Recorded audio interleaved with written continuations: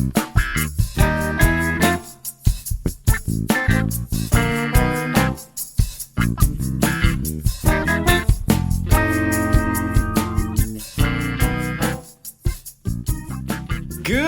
morning and welcome to episode 115 of the Concealed Taco Dudes podcast. Yes, I say good morning because it's very early. This is reminiscent of the Gun Dudes days. I remember Carl liked to record at 7 a.m. on Saturday mornings. Really? And I'm like, are you kidding me? And he lived in Payson at the time. Okay. So he lived a good 25, 30-minute drive from me. And yeah. So I had to get up early. Oh, you went down to him then? Oh, yeah, we recorded in his basement. Oh, okay. Yeah, I have a 30-minute drive. But so you're the same thing. But I'm a morning person, so I'd much rather do it. I know you are. I can force myself out of bed, but I don't enjoy it. Really? Yeah. Anyway. When we do the late night ones, I need one of those self-driving cars. Oh, yeah? I'm falling asleep on the way home. Yeah, we're pretty random as to the time and days that we will actually sit down and record. We just kind of do it when we can, when people can. And this week, it's just me and Ricky. So, yep. Taco's still fighting work. I got a text at 1 a.m. from him saying, oh, I'm not going to make it. He's probably still working. Yeah. So everyone was too busy this week. Yeah. Hence why we're doing it at 7 a.m. because we're busy too. Right. Gene's packing things up. I was over at his place yesterday. Really? Yeah, he heat treated some knives for me. Okay. That we've been working on. Me and my boys were making knives out of some old. Oh, that's fun. Some old files. So we annealed them first, which to anneal the metal, you put it in a furnace and you heat it up to, I don't know the exact temperature, and just let it cool, and it takes out the temper. Okay. So it makes the metal soft again, so it's easier to shape and cut and stuff like that. Huh. So you do all the shaping and cutting and everything, and then you heat treat them, which is what Gene did for me because I don't have a furnace. Yeah. And then finish them off.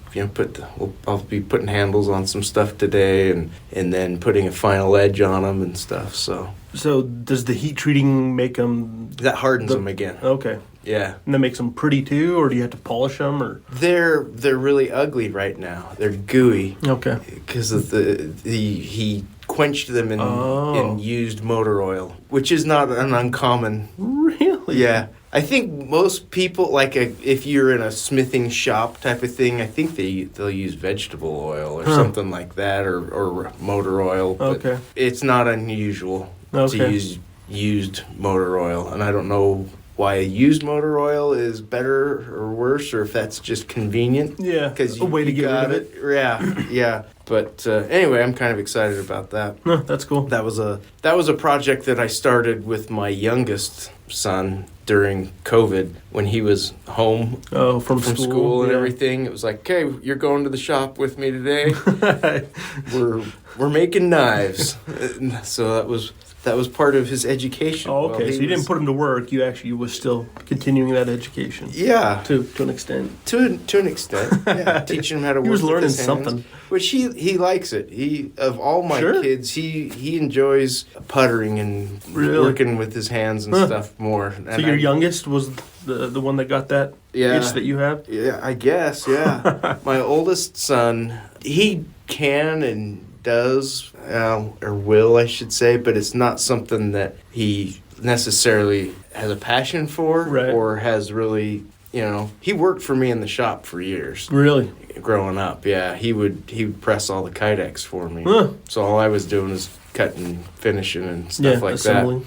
That. But he is now a manufacturer engineer. Really? Where at? He works for Melaleuca up in Idaho. Oh, yeah, okay. So, yeah, he still has that desire, I guess, to create. He's kind of my anal kid. He has schedules, he has goals, he has Yeah, he is very organized. I'm like, dude, where did you come from? Stop it. Because I am inside, I am a complete hippie. I am just like, fly by the seat of my pants, do what feels good, just, Yeah, I text you, hey, I'm going to come by your shop. Yeah, I won't be there. What? Yeah. Well, the sun was out. I had to go ride my bike. Yeah, exactly. And now it's like, well, it's snowing. I got to go ride my bike. So, but anyway, so that's, yeah. Cool. So is he coming down to help with those knives then? Well, he built one and got it started. He was actually still in college, and when you started them? Yes. Really? Yes. They've only been in Idaho 9 months or so. But, so that's a brand new... Yeah. Yeah, he just graduated last year and everything. But he had one that he started, really nice kind of camp knife style, bigger blade and everything. Yeah. But he was interning at, I don't know if that's the right term, he was student teaching or something like that at one of the shops on campus. Okay. During his senior year. Yeah. And so he took the files and he annealed them. That's cool. And then graduated before we finished them. Oh, so his is done. No. No? He didn't finish it either. Oh, okay. And so all of a sudden one day when he was moving, he's like, "Here, Ian, you can have this." He just gave it to my youngest. And I was like, "What? Giving up on it?" So I took it. I'm finishing it for him, and that's going to be one of his Christmas presents. Oh, cool. He doesn't listen to the show, does he? I doubt it. Just ruined the Christmas gift. I don't know. Yeah. Well, I guess we'll find out. We'll see. So, anyway. Cool. That'll be fun. That was a long intro, but that's all right. Well, now that we got all that important business out of the way. Yeah. Let's touch on our sponsors. We are, yet again, at the Concealed Taco Dude studio, at the NOE headquarters in Provo, Utah. Massive facility. Yeah, it is. I can't believe how much inventory he has here. It's just, I need to come take a tour then. Oh, maybe we'll walk around before we leave. That works. He has so much stuff. Huh. It's incredible. I guess I can see that. I went on the website a couple times this week trying to figure out what I want to start doing. And yeah. It was not overwhelming, but for a newbie, for it was a newbie, like, holy yeah. crap. Yeah, where do I start? Uh-huh. It's like, well, I'm just going to cast 9mm. You think that would be a simple venture? Exactly. No. That's exactly what I went through. I found the 9mm caliber, and then, holy crap. Yeah. There's a lot. Right. So if you are into casting and reloading and all of that, or are interested in getting into it, you are doing yourself a disfavor if you are not looking at what NOE has to offer. They have got the best stuff. Attention to detail is of the highest importance, and they just do an awesome job. So check out NOE at noebullets.com. I think they have some Christmas deals, or maybe I hope they didn't Probably. just like end yesterday, because that would suck. But I when I was on, I thought I saw some banners for some Christmas stuff going on. Yeah, so I'm sure they've got some deals going. But yeah, check them out. Use the code FLT001. That saves you 10% off everything, including a Dillon reloading press. Wow, 10% off that. Yeah. Nobody discounts those. Right. That's like one of those things that are such a hot commodity that there's no point in... Don't even shop around. Just you find one, you get it. Exactly. And get it from NOE. Yeah. Black Ice Coating. I was at Black Ice twice this week. Wow. I know. I finally, Al got me the pieces for the Talon P air gun stock that I've been developing. Yeah. Looks fantastic. Took it to NOE. Got some flat black Cerakote on it and picked that up. Looks incredible. Cool. I got to finish it off. Take it over to the boys over at Utah Air Guns, and hopefully they're going to love it and start stocking it. Really? That's the goal. That is the plan. Oh, really? That is cool. the plan. And their influence has been very heavy in the development of this as well. So that's the one that you were texting to us and trying to get opinions and Okay. Whether I didn't realize that's what that was. Want the slotted, the holes, or the plain. Okay, I thought that was like a personal project, so that's going to be cool. Well, it is a personal project because I have a Talon P that I want to stock on. But that's how my whole business started. Right. I'm not paying that for a holster. I can make one cheaper and better. Yeah, exactly. That's just how I think. Okay. It's much more fun in my mind to build something than buy it. Yeah. And sometimes I reinvent the wheel and my wheel is kind of square.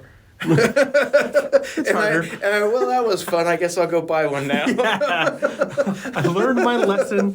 Never do that again. But more often than not, it's like, oh, that was cool. That turned out really nice. I like that. And it's very gratifying. My project with Black Ice Coatings is moving along. I haven't taken it to them yet, but I've talked to Utah Air Guns. I'm going to have them disassemble the gun for me. Oh, okay. And then I'll take it over This is on your... It's the big brother to the Talon P that I have. Yeah. I can't remember what it's called. It's a Air Force. Yeah, Air Force. Yeah. But I can't remember what model it is.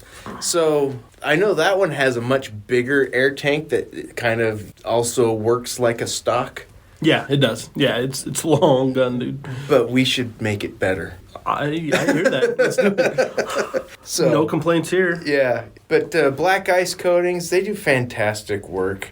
I'm always in my shop looking around at, I should take that to Lee. The customer service, too, that you get there and just you go there and they're like family. I've known them for only a couple of months. Yeah. But I go in there and shoot the wind with them. And the friendliest people I love the family business. His daughters are in there working with him. And they're learning the trade. And they're excellent dippers and coaters. What do you call them?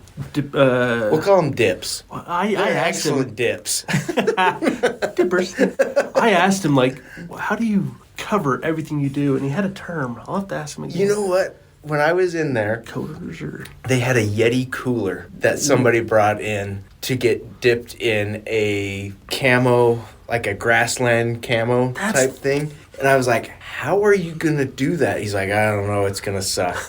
Because you have to sink it in water. Yeah, but he's got a massive tank. The tank is big. Yeah. But a Yeti cooler does not want to sink. Oh, okay. Anyway, they had just finished it, and it was like hanging up drying. Oh, cool. It looked amazing. I could not believe the quality that they got on that thing with how it took two of them pushing it through the tank. Sitting on it, jumping on it. Yeah, and that's, when it's trying to take the print and everything. So if it's going in all wonky and bouncing around, it's not going to, it's going to mess up the pattern. It looked beautiful. It was really, really cool. That's the thing is if you go back to your original comment of looking around your shop, you really could customize anything. Pretty much anything you have to make it yours, to match. I've seen him do power tools. Yeah. Helmets. Yep. Helmets. Yeah, he's done his girls, I think, play softball. So all their helmets are done. Yeah, really welding helmet. Yep. If you're a welder and you don't have a customized hood, you're like the dork in the shop. Yeah. You're like, oh, that must be the You're the intern. Exactly. Anyways, check out Black Ice Coatings at blackicecoatings.com. Follow them on social media. They post incredible stuff all the time.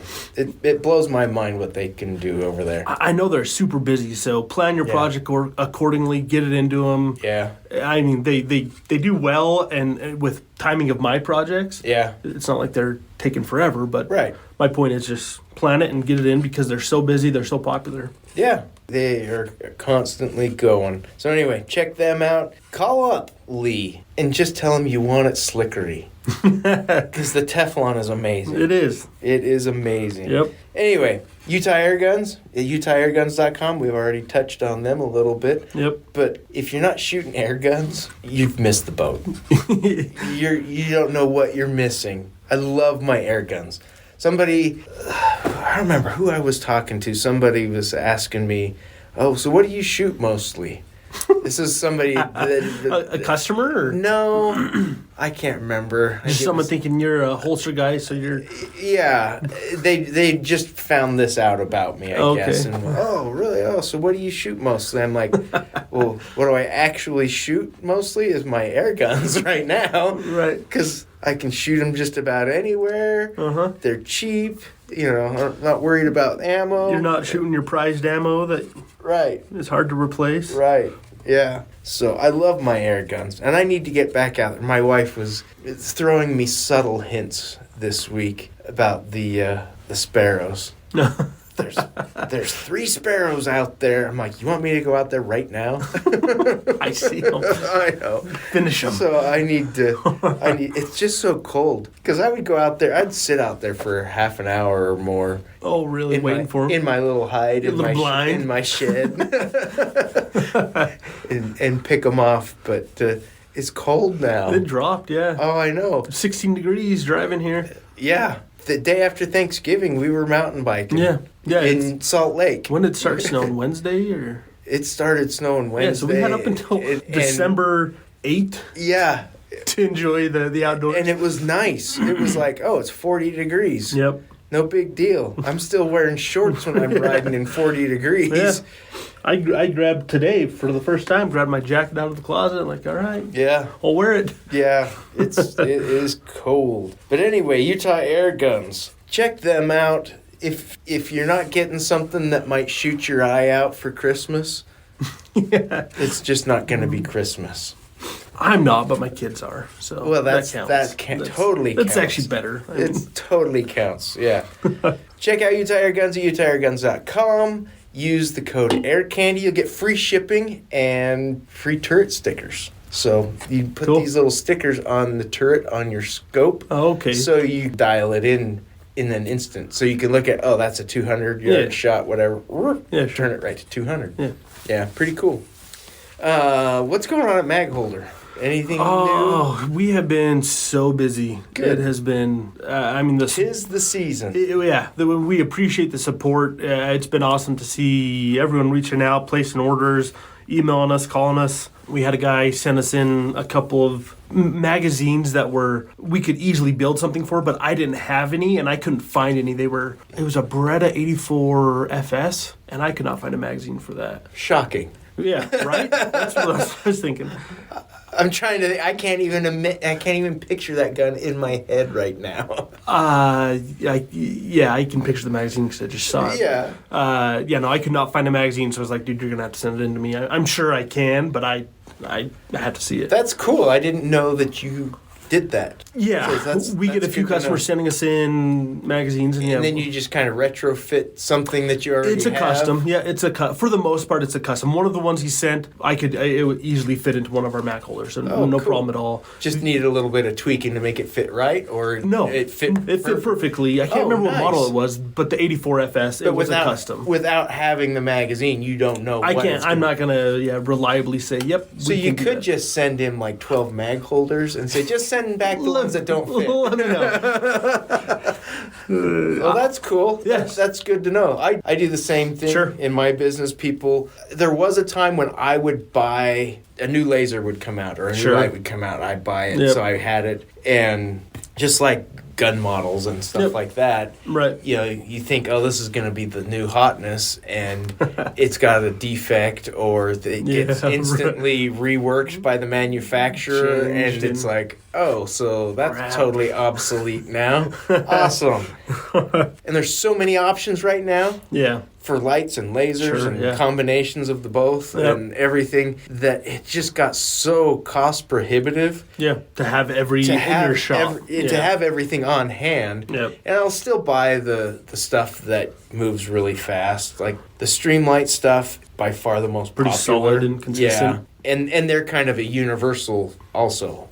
You're not buying, this fits this gun model. It fits multiple gun models. Now, they do have more model-specific stuff. But So I'm constantly getting people saying, hey, I have this gun with this light on it. I don't see that option on your website.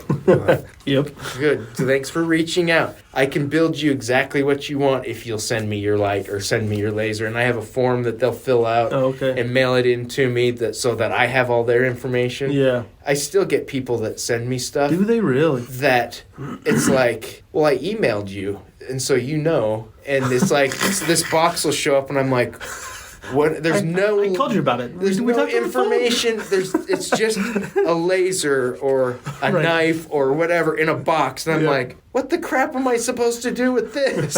You know? Yeah. And so then what it is like, okay, well, at least the name on the return address is legible, which sometimes it's not. Right. Or sometimes it gets messed up in shipping. Uh-huh. And then I get to do the research in my email and go, okay, I'll plug this name in. Smells like this. Yeah, maybe it's like this. Right. and then find the email, and it's like, oh, okay. Don't do that, people. I get stuff sent to me a lot, and if I talk to you this morning and then your thing comes in tomorrow, I won't remember what we talked about. I talk to a lot of people every day. To that note, I had that package show up yesterday, and I open it, and my little 2-year-old wanders into my office, and he starts to grab stuff. I'm like, no, don't grab that. And then this customer had put the magazines in a box and then put that in a FedEx bag, which was great. Sure. So I took the box out of the bag, then I took the magazines out of the box, and my 2-year-old was starting to grab something, so I hand him the box, and I'm looking at the magazines. Okay, yeah, I can do these 2, not this one. So 2 of the 3 I was able to do. Nice. And I'm like, wait, who is this guy? I told him this, put in his name and number and everything. Yeah. I'm like, crap, where is it? And I'm like, oh, I bet it was in that box. Where is it? The 2-year-old ran off with it and I searched the house for like an hour, couldn't find it. So I go back to my computer, I start looking in the emails, I search his past customers, and I couldn't find anything. I was like, crap, I'm going to have to look for a phone number from when I think the day he called and start calling random people. Start randomly calling. Did you say And so I had my wife looking for the box, and we couldn't find it. So But wives always find everything. Yeah, but for a 2-year-old, he knew where he put that, and only he knew. Wow. And so I'm sitting there, and then 2 hours later, he comes back with the box in his hand. What the crap, dude? Give me that. So anyways, we got him done. Nice. Sent back to the customer already, so. Cool. Excited. Yeah, so busy. We have a few coupon codes. How deep is your love? Get in the van, I have candy. How deep is your love? I was not there when Mark released that. I don't know what happened with that, but that... I have questions. This happens regularly. Just this week, an order comes in, and in the order notes, hey, the code "How deep is your love" doesn't work. Well, I'm like, that's because it's not my code, and I've never used it. Do you want to set it up? Maybe I need to. But you know how many years ago that was? Really? It's been a while. Oh, that was on the Gun Dudes. So that was his Gun Dude. So that means, I've been his web guy for 8 years now, or before. It was probably before like that. 3 website systems ago. Yeah. When he had that one. So holy crap. And it had such an impact on people that they still want to use it. So How Deep Is Your Love? Get in the van, I have candy. That one's probably which is the longest coupon code as like a marketing person I've ever seen. Like, oh yeah. When you come up with coupon codes, you want like 4 or 5 digits at the max. Yeah. So I also put in you can use Taco 20 on the site. Oh, okay. If Get in the Van, I have candy, or How Deep Is Your Love is too long, Taco 20. If you're tired of typing. Yeah. Taco 20. Yeah. Nice. Either of those codes will get you, I think they're all 20% or so. Wow. Off on a mag holder. So, yeah, nice. way good deal. You're making Best me coupon look codes stingy. Awesome. That's not hard to do, though. No. Well, we at Mag Holder, not Mag Holder. I'm not at Mag Holder. I sell mag holders. at Concealment Solutions. Yeah. The air tank caddies, Oh, that's right. they are on the website now. Yep. So if you're shooting air guns and you've got an air tank, you need something that's going to keep it safe, keep it protected, and make it more functional. Yeah. Your tank will stand vertically, so it makes it super easy and convenient to fill without having to hold it and do everything, and you can watch the gauges and everything. Yeah. It has a carry handle on it, silicone rubber. Oh. Comfy carry handle. And it's got little legs, offset legs, so when you set it on its side, I saw that. That's cool. like in the back of your car or something like that, it won't roll around. Right. So, cool. And just like everything else on the website, it comes with options of different colors and patterns and all that kind of stuff. So go check those out. In fact, I think they're going to be on sale next week. I think so. I think it's going to be in an email. My web guy. Yeah, check your email. It'll be, if you're not part of the email blast, get on Jason's site and put your email in there. I think a pop-up shows up, and I think there's a few other spots you can sign up. But yeah, they're going to be on sale next week, and you get one of those discounted. Yep, and a few other things. So did you come up with that idea? Are there other caddies out there, and you just thought? There is nothing out there quite like what I have. Okay. There's... What problems were you trying to solve? So this, again, is something that Utah Air Guns came to me with. Really? Oh, okay. And said, hey, can you make one of these? Can you make something like this? No kidding. And I just went, that's huge. My heat presses that I use, I can fit about a 12 by 12 sheet of Kydex in it. These use I think the biggest piece is 8 inches wide and 2 feet long. Okay. So I'm like, I don't know how I'm gonna, I don't know how I'm gonna do it. I do have a toaster oven at the shop for custom sized toaster strudels and toaster strudels and pizza pockets but just from early days. The toaster oven's that big? No. Oh, it's not. Okay, it's not even that. Okay. It's not that big, but I got creative one day. I'm like, how can I make this happen? Yeah.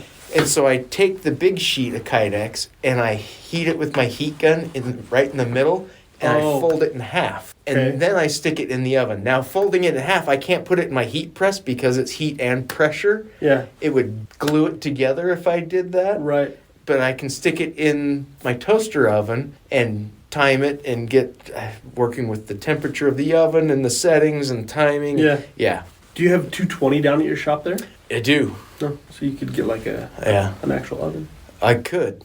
I could, but I'm not going to. Yeah, right. I am getting very limited on space down there. But so yeah. Anyways, back to caddy. So you were so he wanted it to do this and that and I just went, oh my gosh. And so something I kicked around. If you get on my Instagram page and kind of scroll way back, you can see very early on there's like this really sexy lacy one.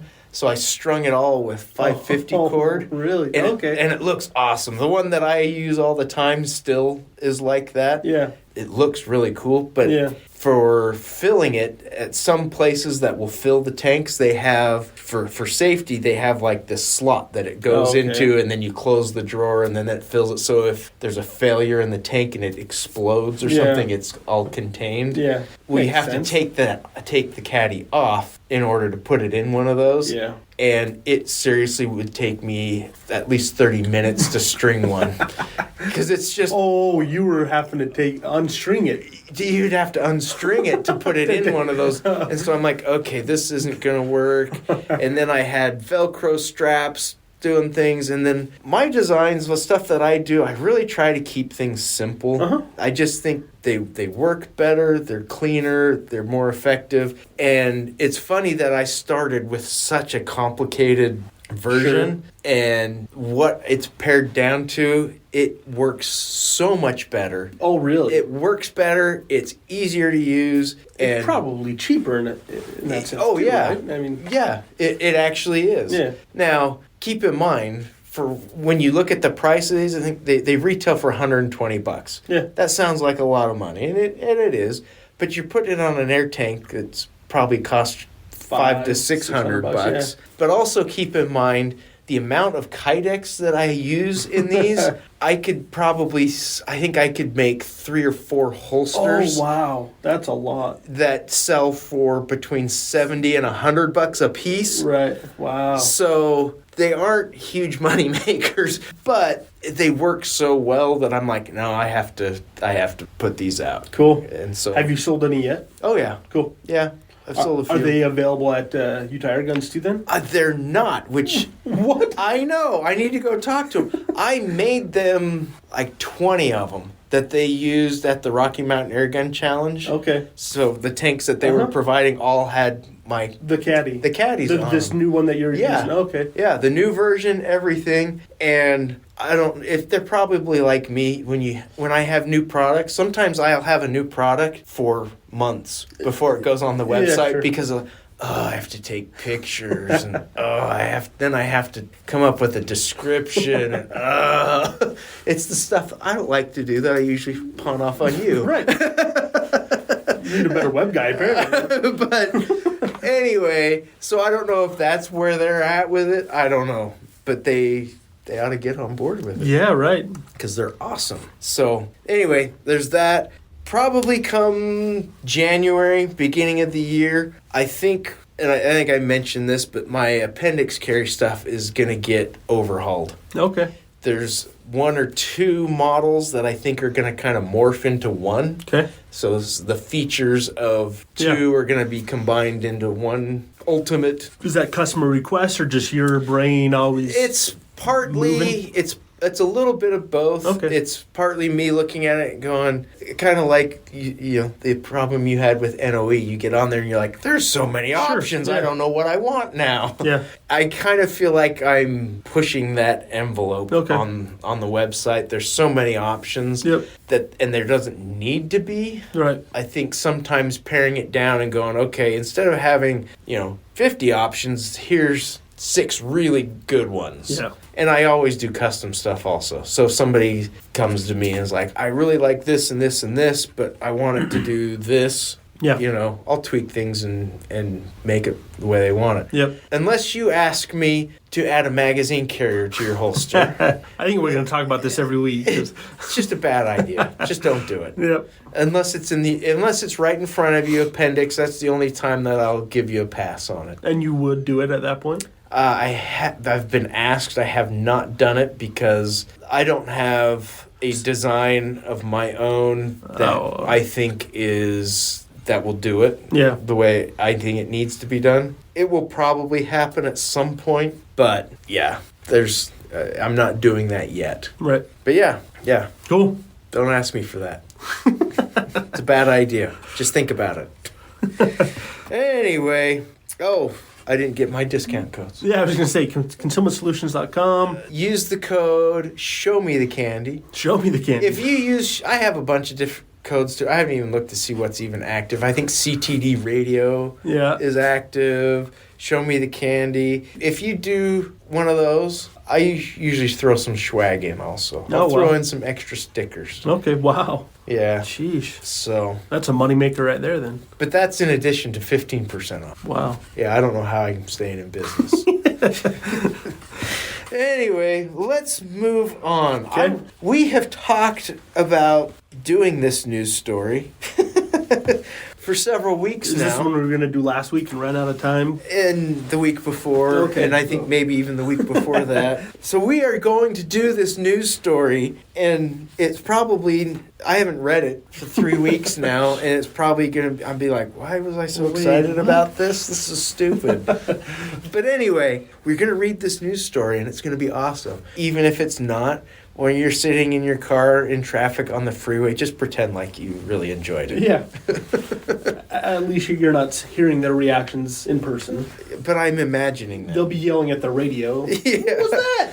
Anyway, what caught my attention, as usual, was the headline. And this is an odd one. I put a gun on his face. Oh. Neighbor stops home invasion. Yeah, put a gun on his face. I'm like, did he rest it on his cheek? did he stick the barrel in his eye? I don't know. So I have to read this. All right. So Albert Manansala heard a commotion going on at a neighbor's home in Dededo on a recent Monday morning. He looked through a window and saw a man trying to force himself into the house. I grabbed my gun and I went and made sure that the front area was clear because you don't know how many are there. Then I ran back and saw him and I chased him, Manasala recalled. Manasala, guys, when you're in the news, could you just try to have easier names? Abbreviate or something. Yeah.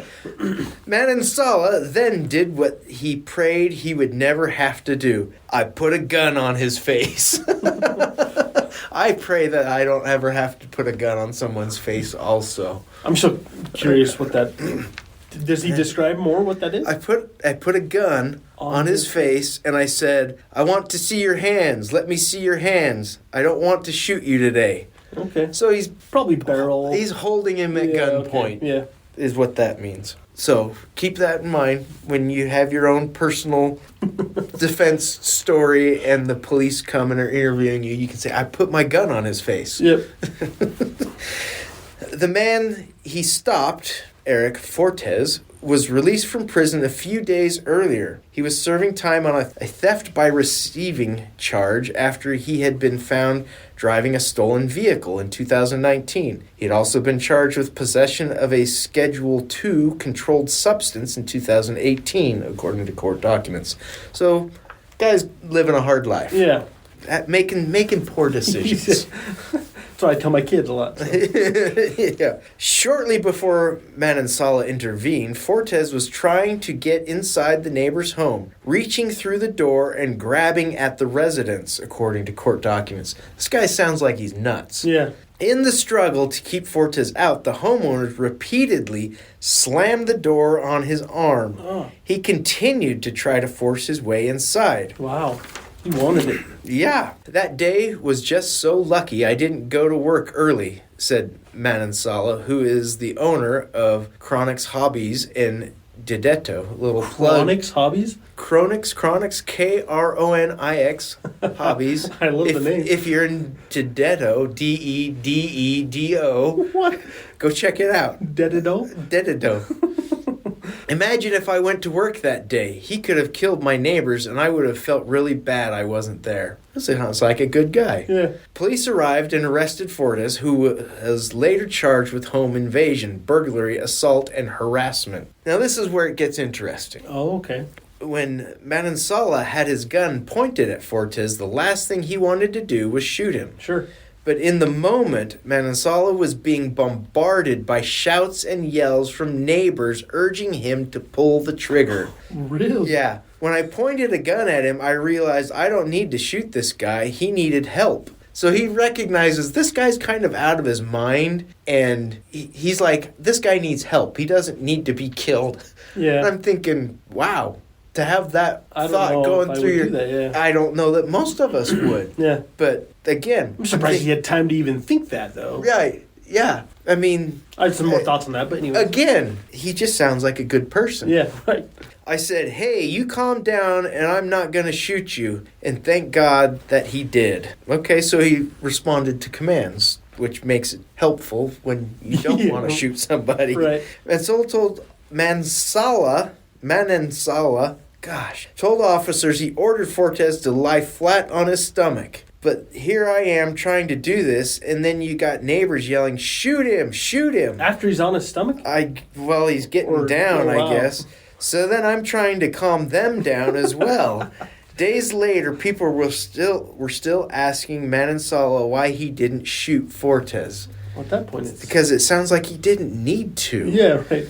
He said, number one, he's no longer a threat. Yeah. Obviously, he needed help. Number two is, let's say I shot him. Well, my business is going to be affected, Manansala said. And justified or not, I still get to see the judge because being a gun owner does not mean I can blast anybody. Well, at that point, if he's stopped pursuing him, I don't know if you're not depending on the state, you're probably not justified. I don't know that it matters what state you're in. Anyway, he goes on. He says, although his neighbors have been treating him to baked goods and free meals. Nice. Manansala says he's not a hero for stopping Fortes. And this is him speaking. With proper training, I think the average citizen could have done what I did. If you decide to buy a weapon and you want to protect yourself, I suggest you take proper classes. They teach you how to engage, when to engage, the do's and don'ts, how to handle your weapon, and more about Guam gun laws. So they're in Guam. Wow. So if you're in Dededo, Guam, swing by, what was it, Kinetics Hobbies? Say hi to Mr. No, Chronic. Chronics. I still love that name.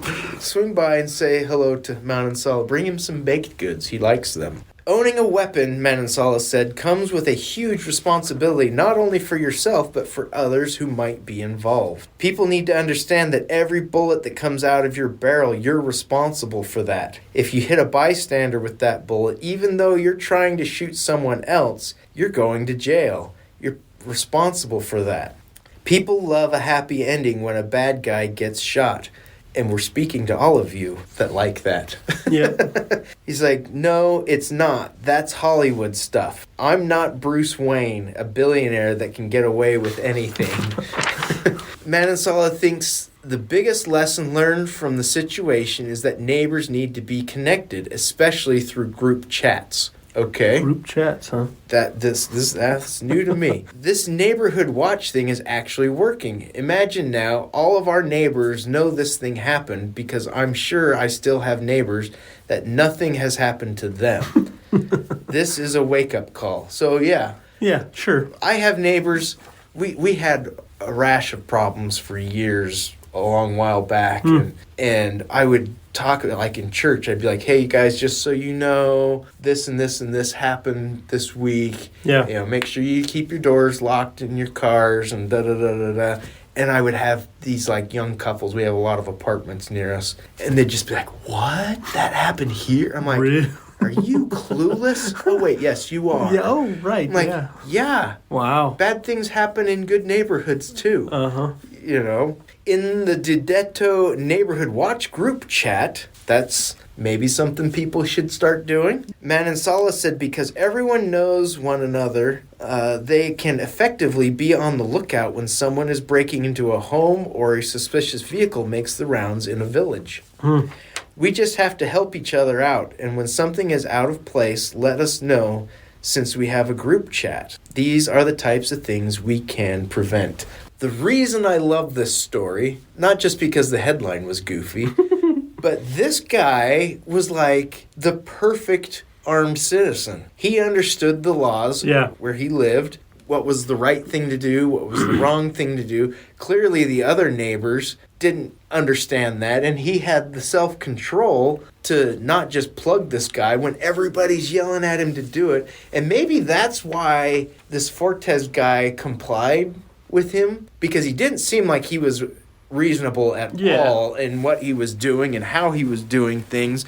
But now he's got a guy pointing a gun at him, telling him to do this and that and get on the ground and comply, while the whole neighborhood is yelling at him, shoot him, shoot him. He's thinking... He would have been the one going to jail. He would have been the one... Yeah, but I think Fortes is thinking... Oh, crap, I better do what this guy says. He's the only reasonable one in this neighborhood right now. Right. But he talks about responsible gun ownership, talks about being connected with your neighbors. Yeah. He talks about getting good training and things like that. Those are all things that we've talked about a lot. I think for his situation, what stood out to me is he was really in that third person. He wasn't getting attacked. Right. If it were the neighbor, that trigger probably would have been pulled a lot sooner, whereas he was going to the aid of his neighbor, and then the guy started to run, and he said, stop, get down. Yeah. And luckily he complied. I don't know if at any point once Manansala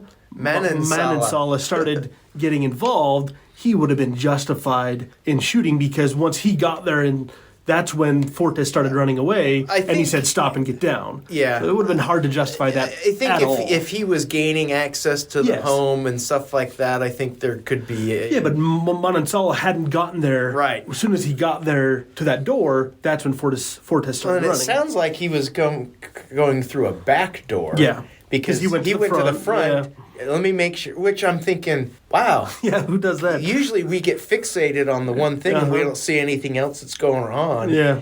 And he was like, I'm going to make sure I know I'm What I'm only putting dealing myself with into. one guy, and then I'm going to approach the situation. Yep. He just did everything right, I think. Yeah.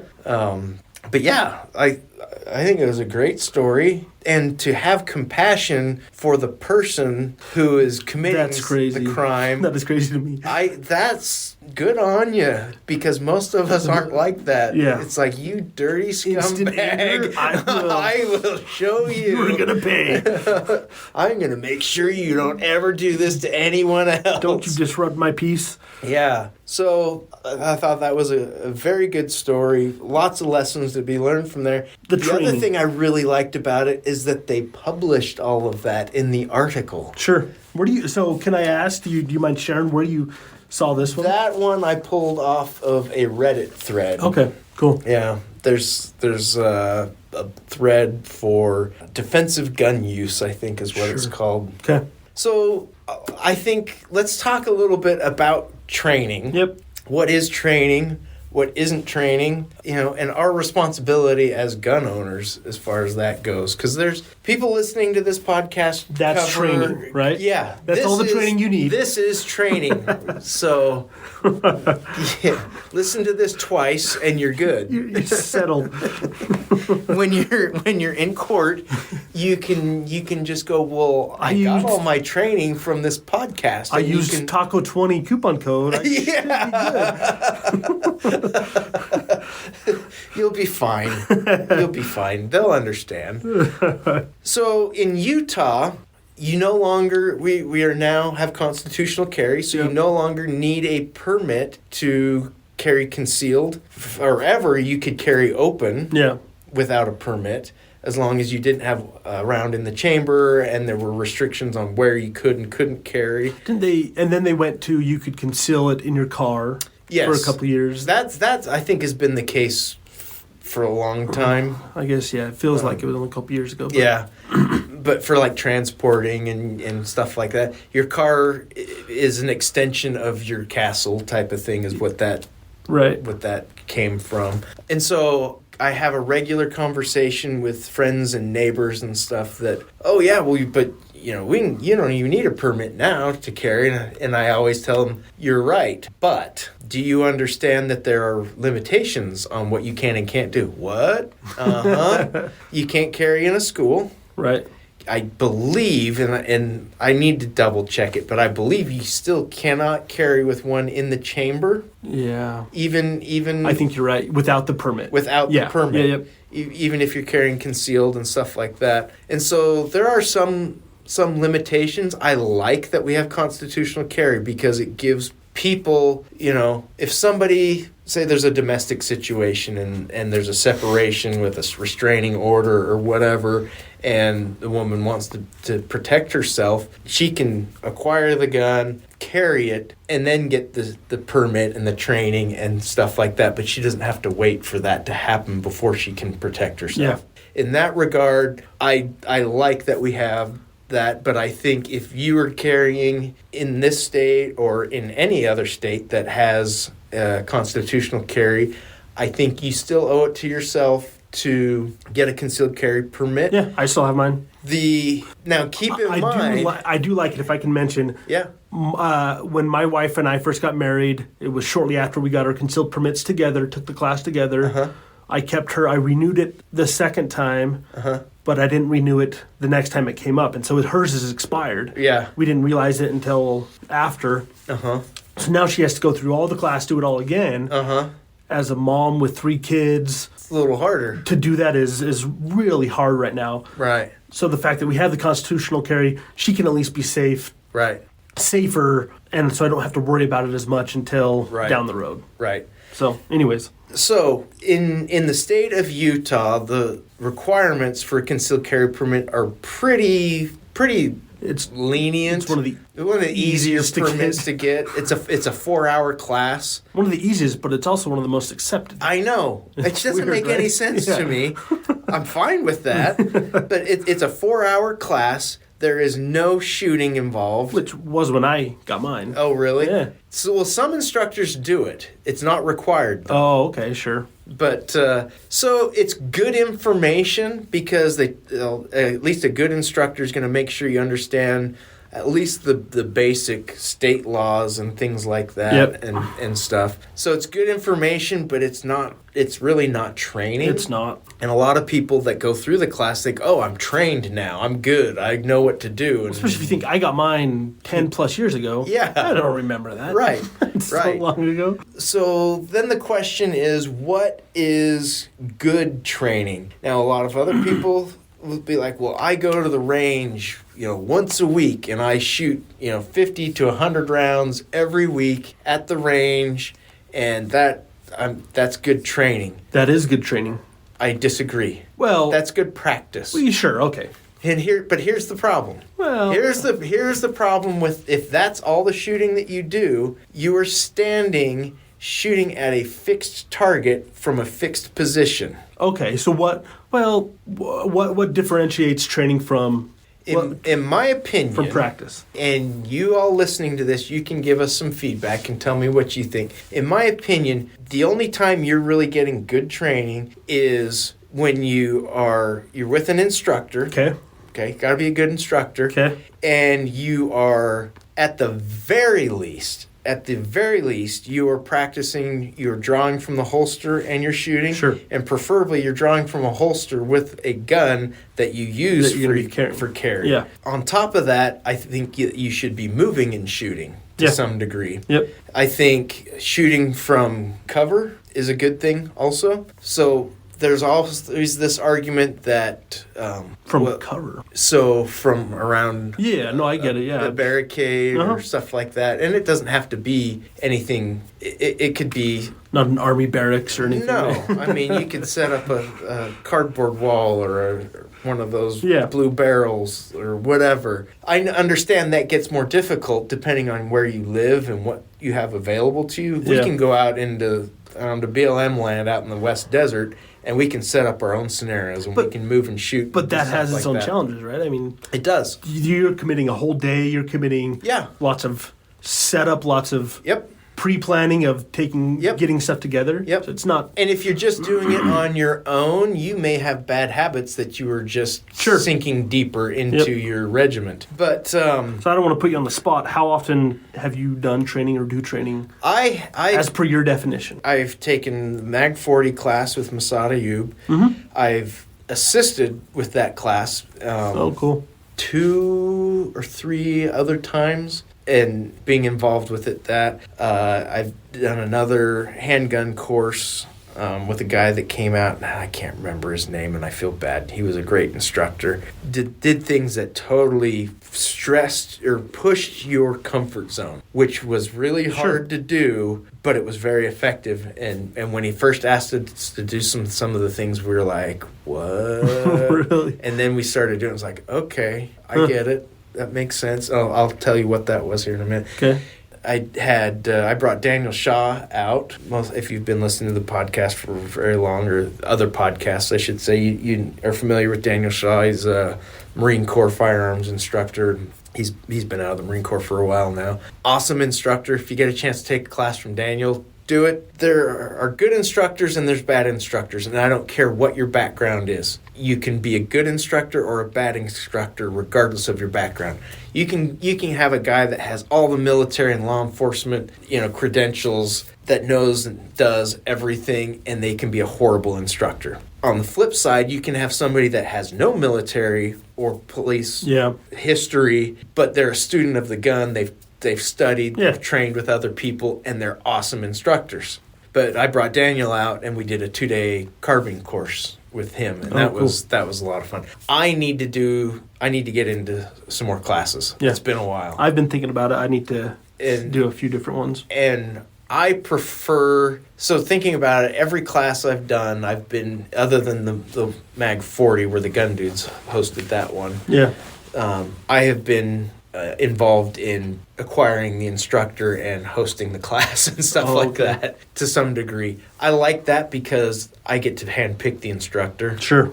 And I know I'm getting a good one. Yeah. So I think moving and shooting is critical. I Yep. think using the equipment and the gear that you carry is important. There's always the argument of, well, shooting competition is bad for your self-defense training. I totally disagree with that. If you've been listening to Storytime with Jason, we've had several accounts of super awesome competitive shooters that are in military or law enforcement that's what helped them be effective in their job and online or on the line of duty. Yeah, right. That's what I was looking for.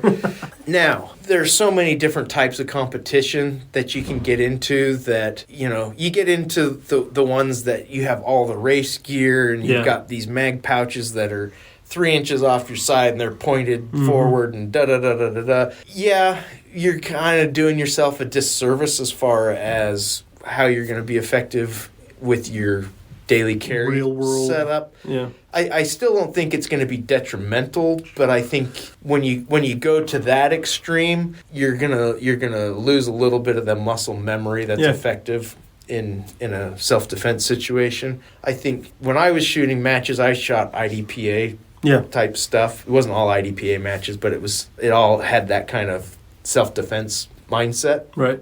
And so when I went to those, I showed up with my inside the waistband holster with the gun that I carried on a regular basis, and at least at that time, I didn't carry spare mags, and so that was the only thing that was different. Yeah. But that's how I ran. People are like, oh, but going inside the waist is slowing down your draw and doing this. And I'm like, I don't care. I am not here to impress anybody. Right. I am here because I'm put into scenarios that I can go, oh, I could see how that might happen in the real world. Yeah, sure. And you're running and you're getting behind cover and you're reloading. Not going for a trophy, you're going for Yeah.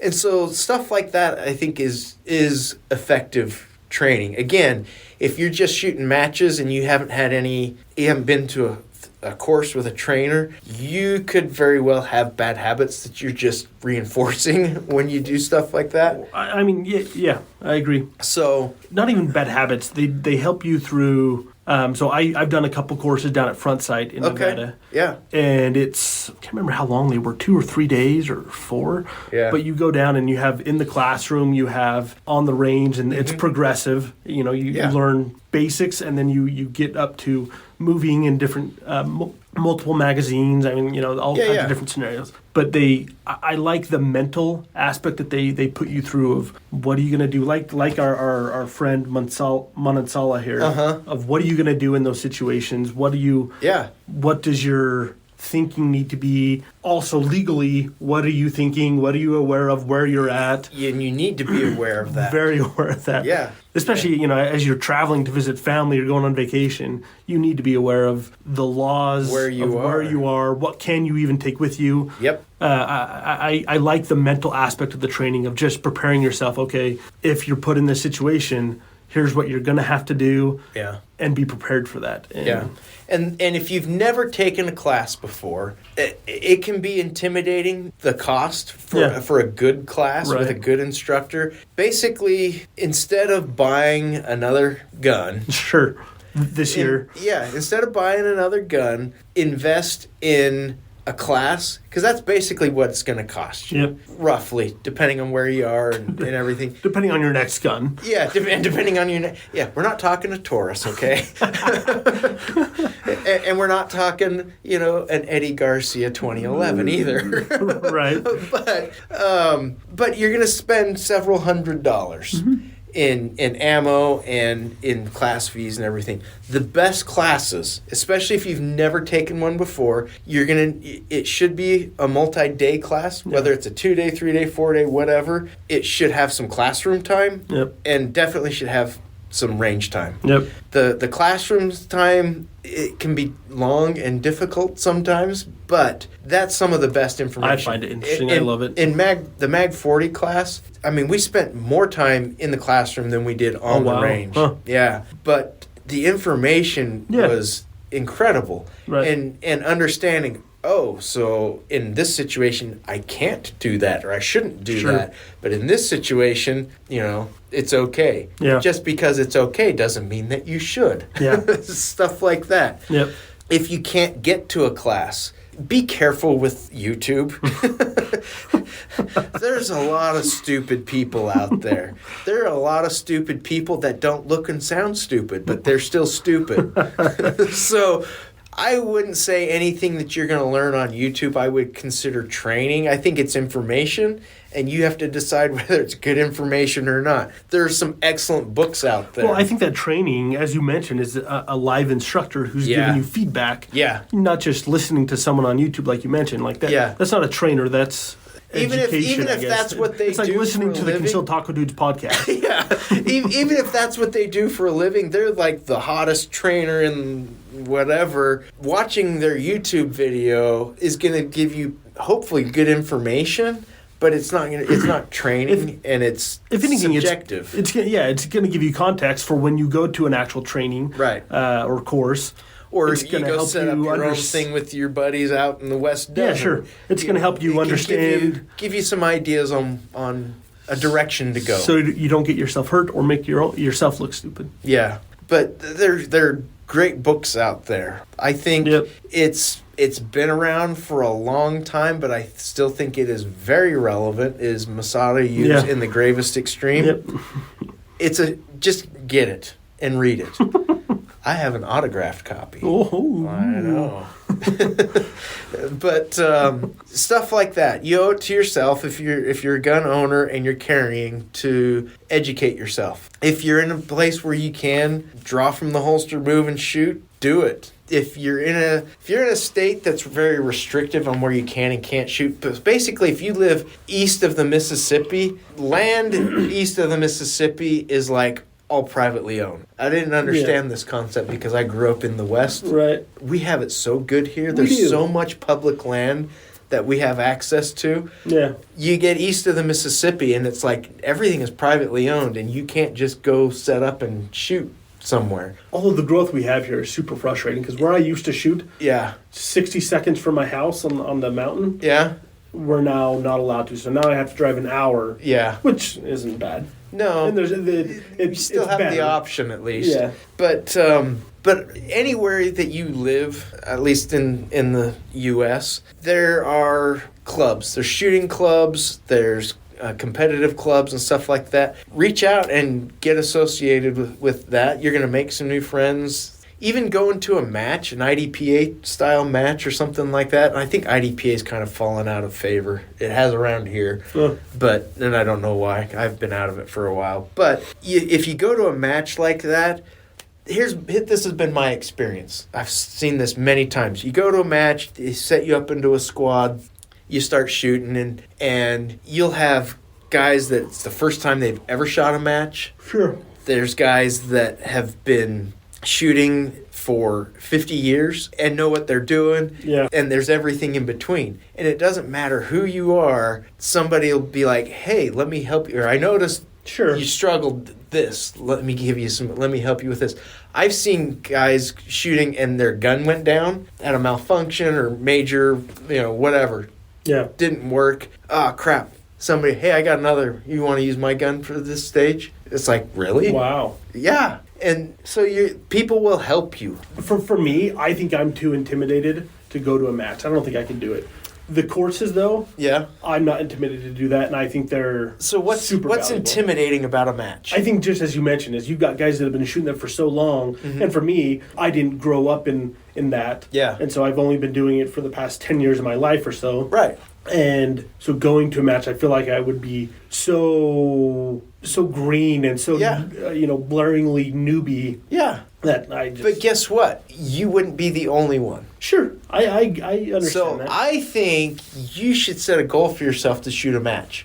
I'm not your son. I don't. I don't set goals for myself like your oldest. But I'm just kidding. No, I've considered it. It's good for you. I think. Yeah. So one of the ranges here in Springville, it's a nice indoor range. Like the second Wednesday of every month or something like that, they have a match. Really? Yeah. Oh, I didn't know that. And it's totally low key.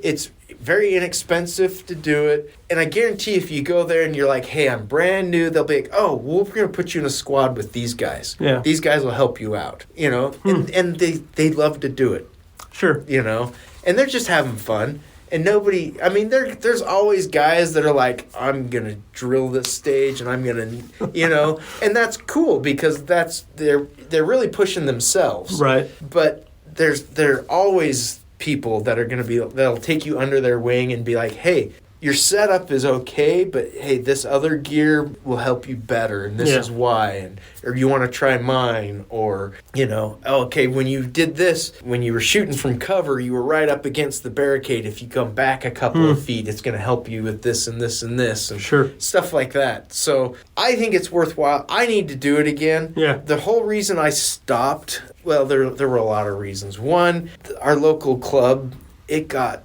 to where you had to pre-register, and if you didn't register at least 3 weeks in advance, you didn't get a spot. Just that many people? There was that many people.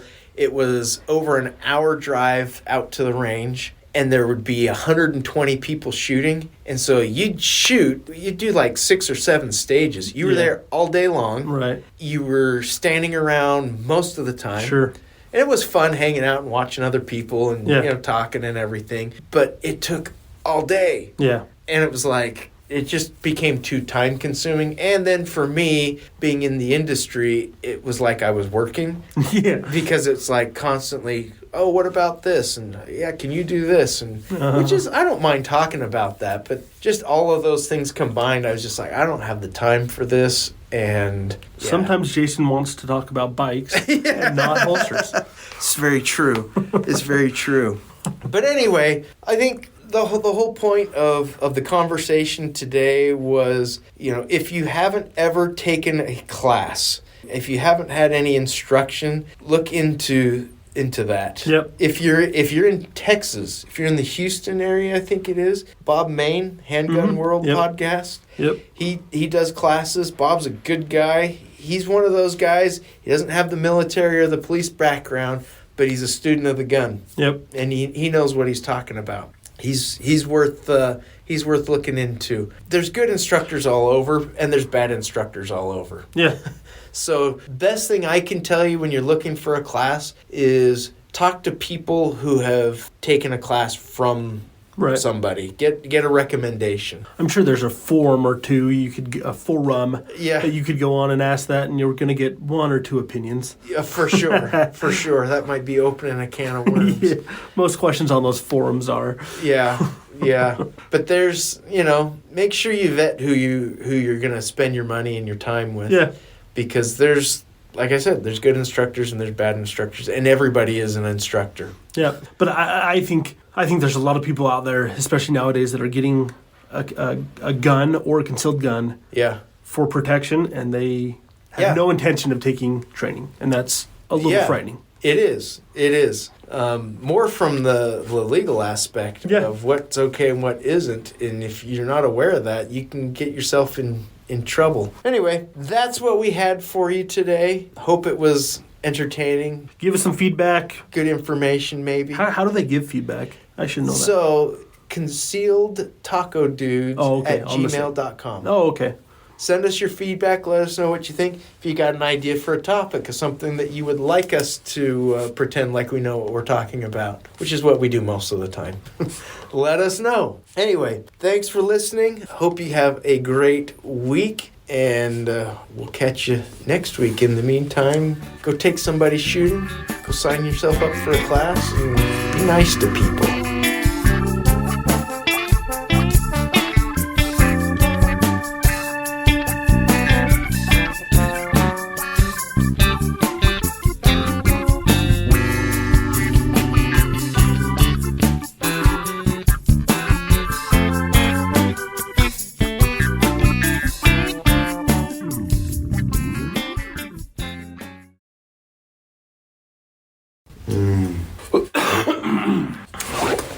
Hot apple cider. Is that what that is? Oh, yeah.